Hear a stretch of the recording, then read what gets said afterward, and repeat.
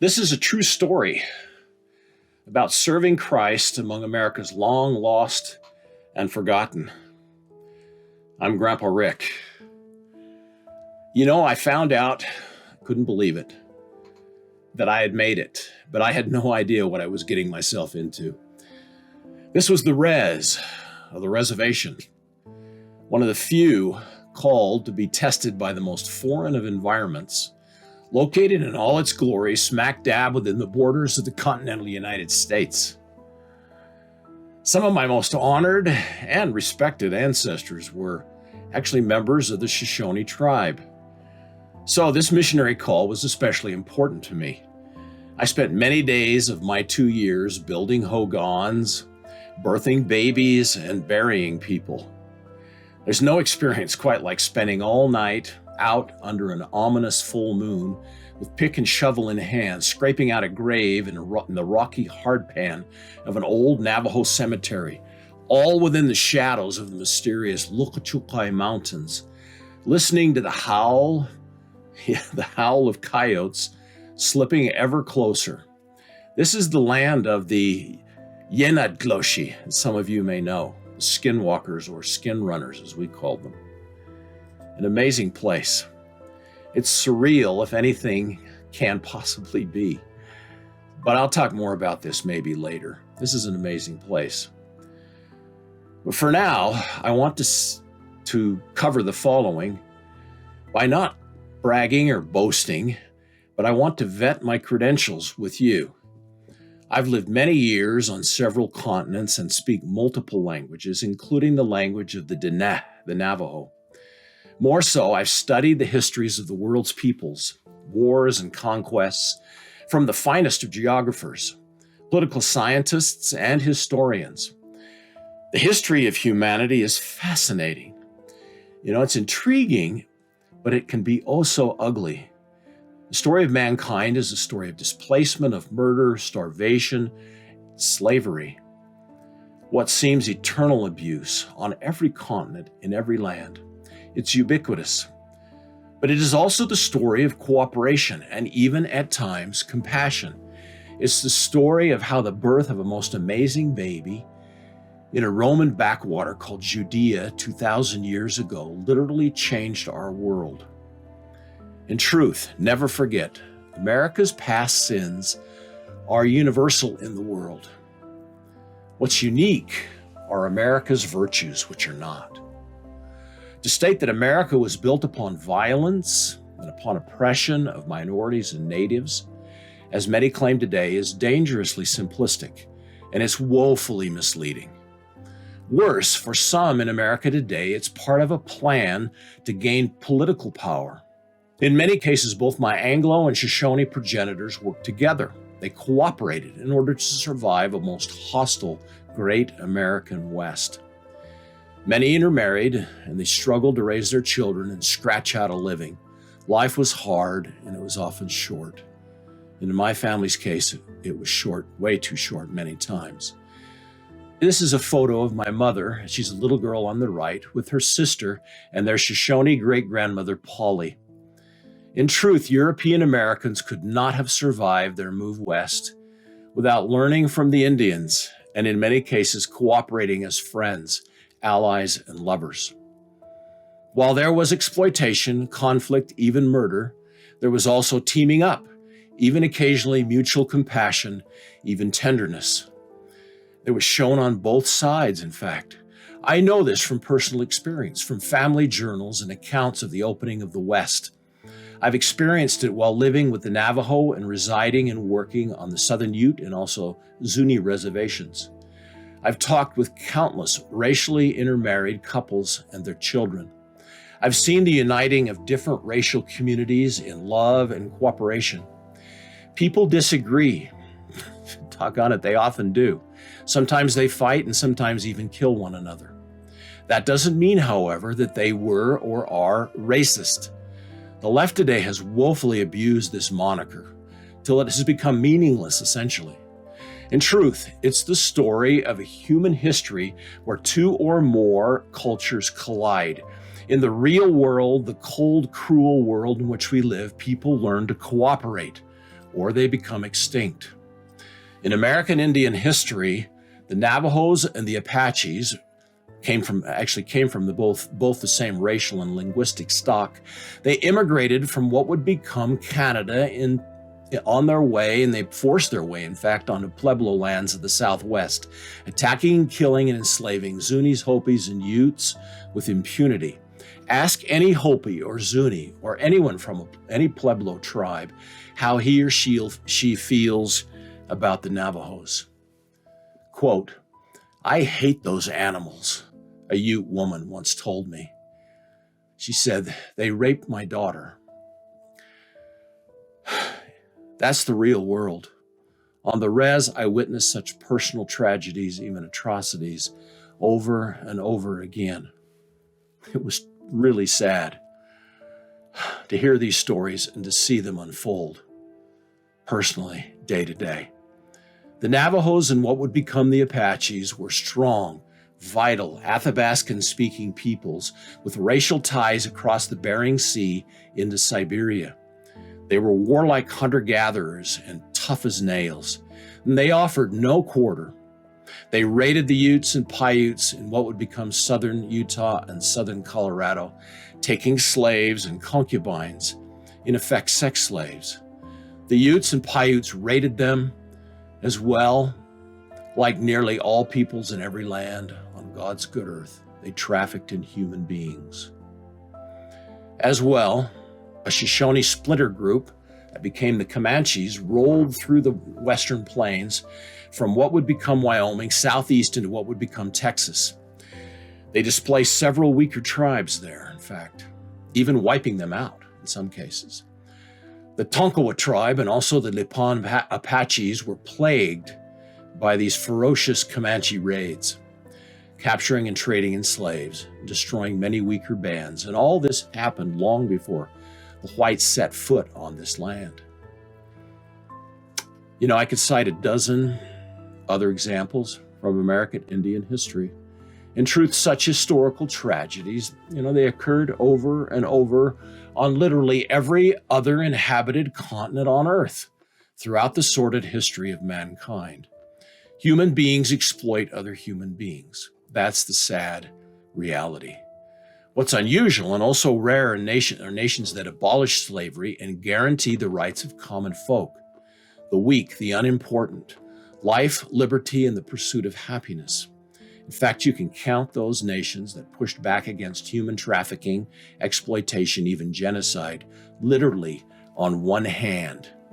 In truth, they were all Christian nations. Unfortunately, what Americans are taught regarding the history of the United States today and its so-called Indian policy is, again, a skewed, politically driven shadow of historical reality. Were there atrocities? Oh, you bet there were, on many of them, on both sides. The Democratic Party, though actually contributing mightily and shamefully to how the American Indian was treated in this country in the 19th and 20th centuries, has gone ahead. They've rewritten our history, and they always do this. They do it to fit their modern so-called social justice narrative. Yet what's evil is their revolutionary desire to weaponize history, to enhance their political power today at all cost, and to attack those who challenge their ultimate authority. It's happening all around us today. As a passionate, radical cultural Marxist once told me, he says, "Rick, the issue is never the issue. The issue is always the revolution." And whenever he talked that way, he always capitalized R in revolution. The war by the left on America today has been going on for some time. What I'm talking about here for our American Indian brothers and sisters is to try to help understand why and explain why the true challenges that these good people face today from a hellish government on these government-controlled reservations, and how American leaders can best correct this infernal situation. Because for damn sure, really, what's going on right now is not working. Suicide rates, abuse, alcohol and drug addiction, child abuse, crime of all kinds, even murder. It goes unpunished, especially of Native women and children, people who have very little voice or no voice. These reservation hellholes have these statistics like these among the highest in the nation in many areas. So we look at this and say, well, who's to blame? What can we do? I once saw an old Che, which is a grandfather, seated out front of his hogan, trying to avoid the sun's rays. My missionary companion and I walked over and we pulled up a 3-legged milker stool and a cut section of log also for a stool, and we sat. We said nothing for a time. Speaking too soon would be rude. Americans always do that. They get down to business too quickly, thereby insulting their Indian guests and acquaintances. The old Che, or grandfather, kept his eyes focused on something in the distance, never once looking our way. But of course, he knew we were there, and he had a message for us, in fact. Finally, after a minute or two, he said, "Yat shiyaj yat." Greetings, my son. He knew me. I'd been in this region of the res for some time. My companion was a bit newer. I responded, suitably humble and respectful due to my youth, and then paused and asked how he was doing. At ish banana shiche. He shook his head, pointing with his lips in Navajo way towards a steer that was a neutered bull in the corral across the dirt road in front of his hogan, or his log house. He said to me, "That cut bull in the fence is led around and fattened and fed by the tribe, by Washington," which means Washington, D.C., the federal government. He said, "You know, my son," he says, "we are like that." And it was so pathetic to hear him talk, and it was tragic more than anything. He went on, "And though they feed us and keep us and tell us that they care about us, they shame us before the world of men." He turned and faced me and my companion, who he knew were representing the white man's God, Jesus Christ. He asked, "Does the God of all things approve of this?" His eyes caught mine, which was unusual for a Navajo man, for staring is usually considered rude or worse. I paused again suitably, then nodded slowly, saying, "I believe God does not approve. No beloved son of God like you and your fine sons are meant to be treated in this way. My grandfather, Shiche, yesterday, as you know," and I said this deliberately and slowly, "we buried the son of Johnny Yazzie. He was in Farmington, New Mexico, and got drunk and climbed into a dumpster in a bin to get warm. The truck came in the night and he was crushed to death. Last week, during that bad snowstorm, we went looking for men and women caught out in the storm while drinking. We pulled Johnny Bitsuya out of a snowbank, already partly buried. We brought him to our trailer and we warmed him up. We sobered him, helped him get sober. Then we gave him some food and sent him on his way. I lowered my head, shaking it slowly, hoping for some kind of encouragement for our long and discouraging ministering to his people over many years. I said, "Shiche, my grandfather, what are we to do? What are we to do? Are we helping, or are we just enabling the Navajo to keep doing bad things? Why are the Navajo people in such a condition in the first place as this? I pray to God every day to save the Navajo people," I told him. "They are a noble tribe caught in a terrible storm that they did not deserve. I will soon be leaving Navajo land," I told him, sadly, "for my 2 years are gone. Please know this, my grandfather, until you and your sons demand solutions that will actually help, no one will do more than send you meager handouts and worthless sympathies. People are like that. Real, practical solutions are too often not wanted by tribal leaders and the government in Washington. Too many, Navajo and white, in government, in the tribe, in business, still benefit by your suffering. Remember, they need you more than you need them. In truth, you don't need them.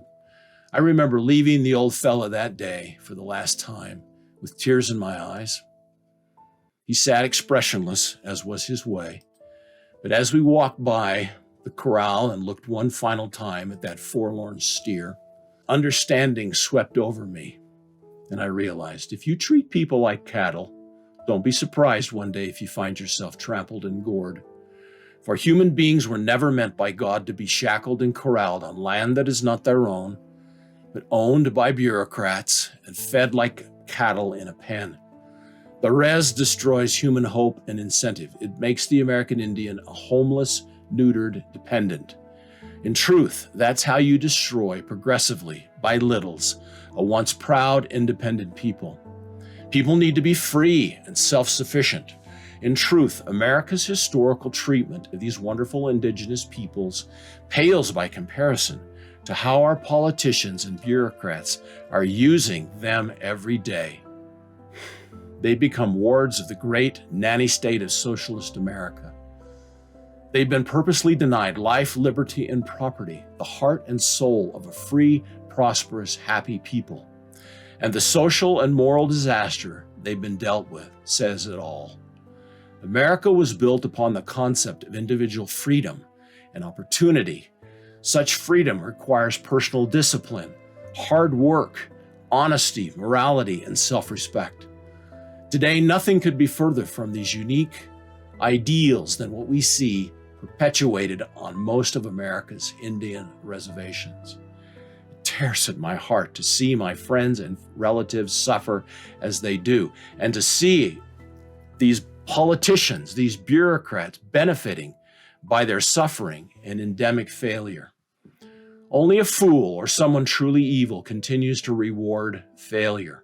This should never be, certainly not in the land of the free, home of the brave. As a wise man once told me, he said, "Rick, you can deny reality if you want, but you can never avoid the consequences of denying reality." The left in America today is wallowing in high-octane denial, and our oldest, most abused citizens are paying a deadly price, one that they do not deserve, one that America's so-called social justice warriors are blind to because of their failed ideology of nanny state, Marxist collectivism, and equity, so-called equity.